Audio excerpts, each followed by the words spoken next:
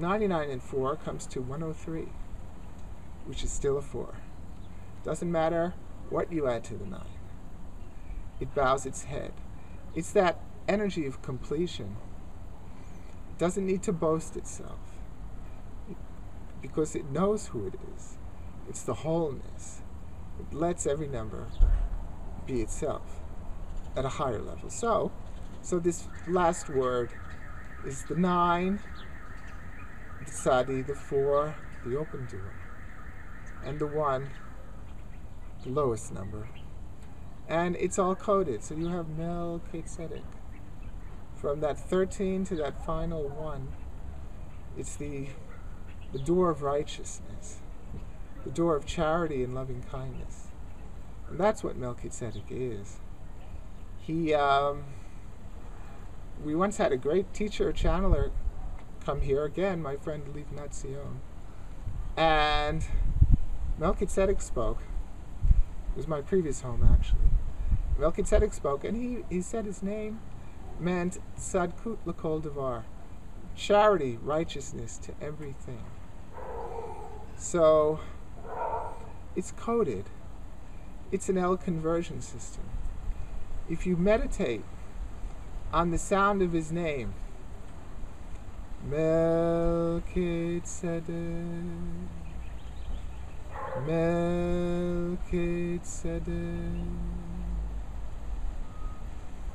Melchizedek,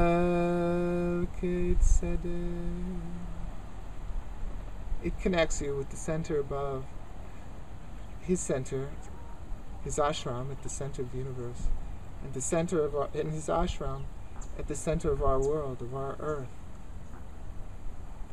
It builds, if you will, a rod of light. He's the conductor of light, the king of light. It builds a rod of light, what's called Melchizedek's rod. And it's enormously beautiful and powerful. Another L conversion system, and something to work with. Melchizedek, Melchizedek, Melchizedek, Yahweh, Yahweh, Yahweh.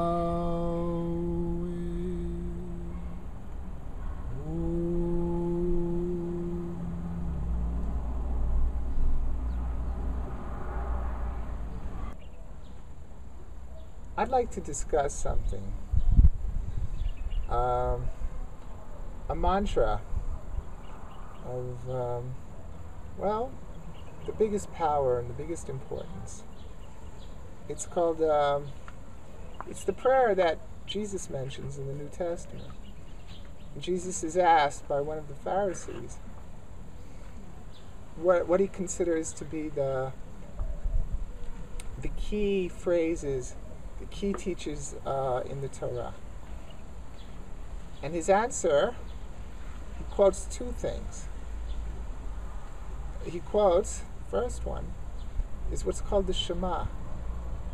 The Shema, in English, it goes, "Hear, O Israel, the Lord is our God, the Lord is one." And then the second thing that Jesus quoted from the Torah is to love thy neighbor as thyself. I'd like to look at that first phrase, what's called the Shema, which means hear.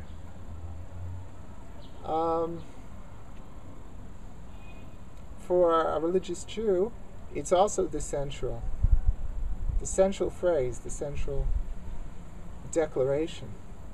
And so a religious Jew, which I am not, but a religious Jew will say that Shema 3 times a day, for morning prayer, afternoon prayer, and evening prayer.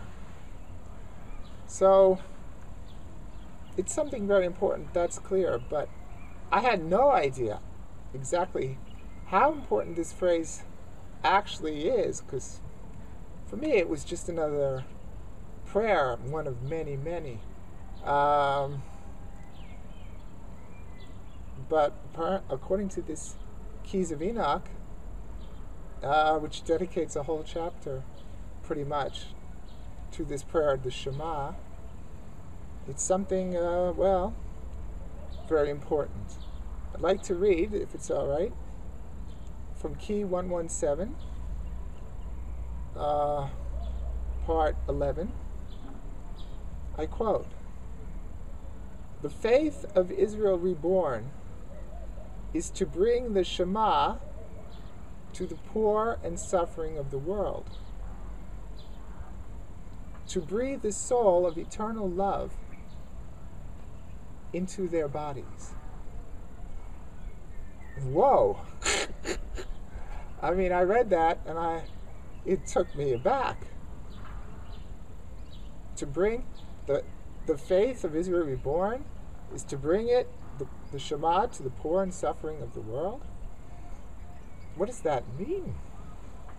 To breathe the soul of eternal love into their bodies. So somehow the Shema is the soul of eternal love.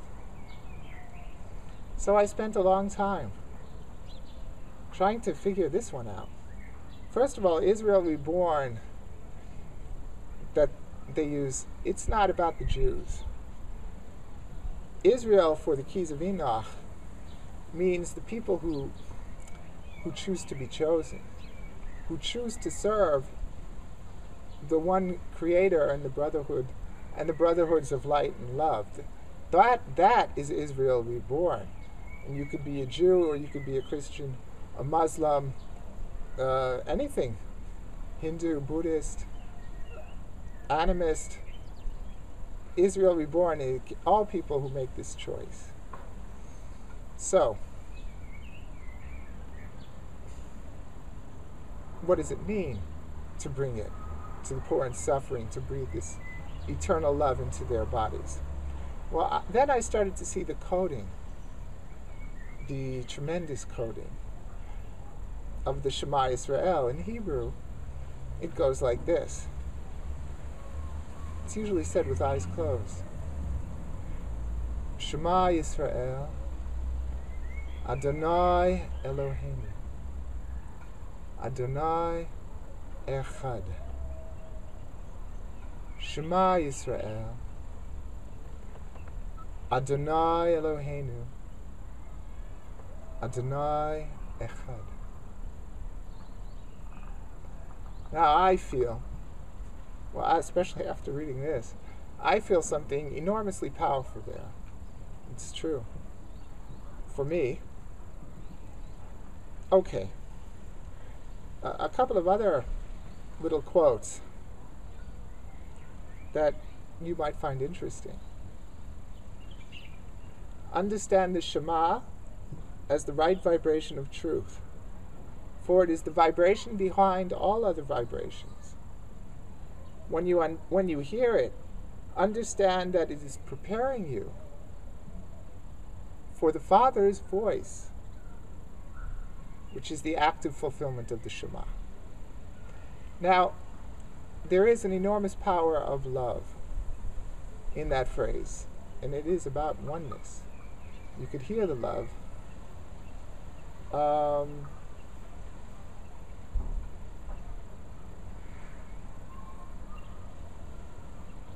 It also says that you could heal your physical body just with this phrase.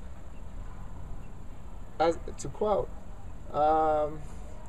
number 15, you should seek to redeem all vibrations within your physical body by this key vibration, which is the cornerstone to the vibration of your being. Impressive.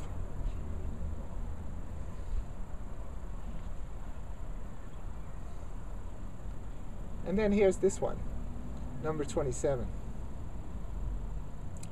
And this one I'll address first. 27. The Shema is the radiant call to faith, which unites us with the faithful of Yud Hey Vav Hey